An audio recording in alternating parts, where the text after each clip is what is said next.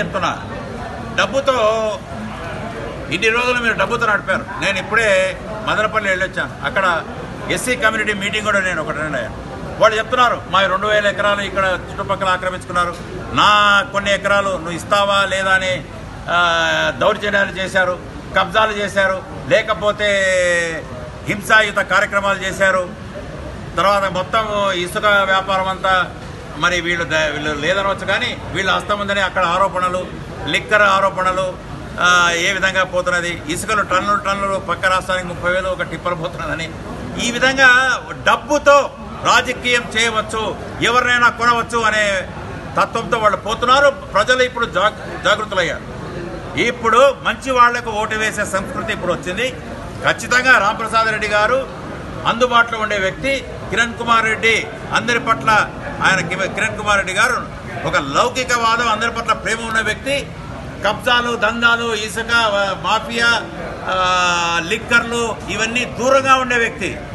అటువంటి వ్యక్తులను ప్రోత్సహిస్తే అందరూ ముస్లింలే కాదు, ముస్లిమేతరులు కూడా బీసీ, ఎస్సీ, ఎస్టీ వాళ్ళ హక్కులను పరిరక్షించుకోవచ్చు.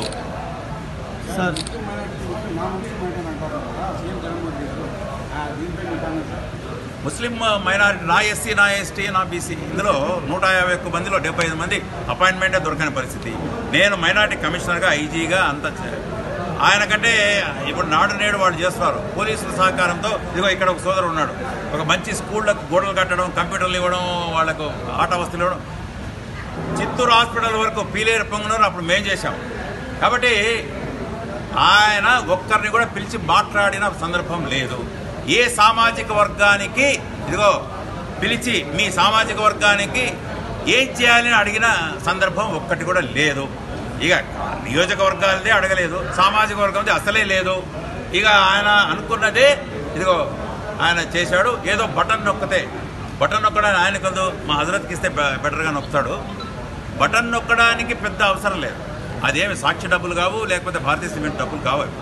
ప్రజల డబ్బు బటన్ నొక్కి నేను చెప్తున్నది కాదు.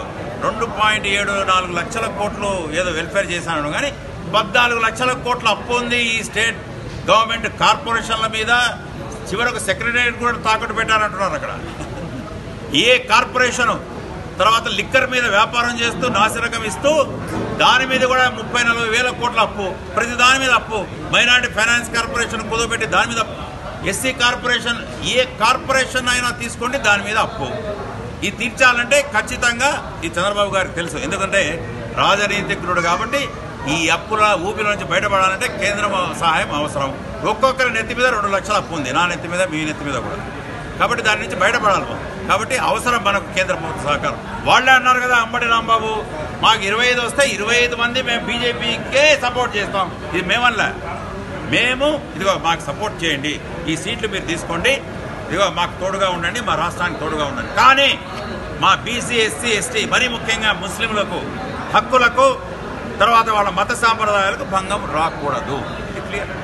సార్ చివరగా సార్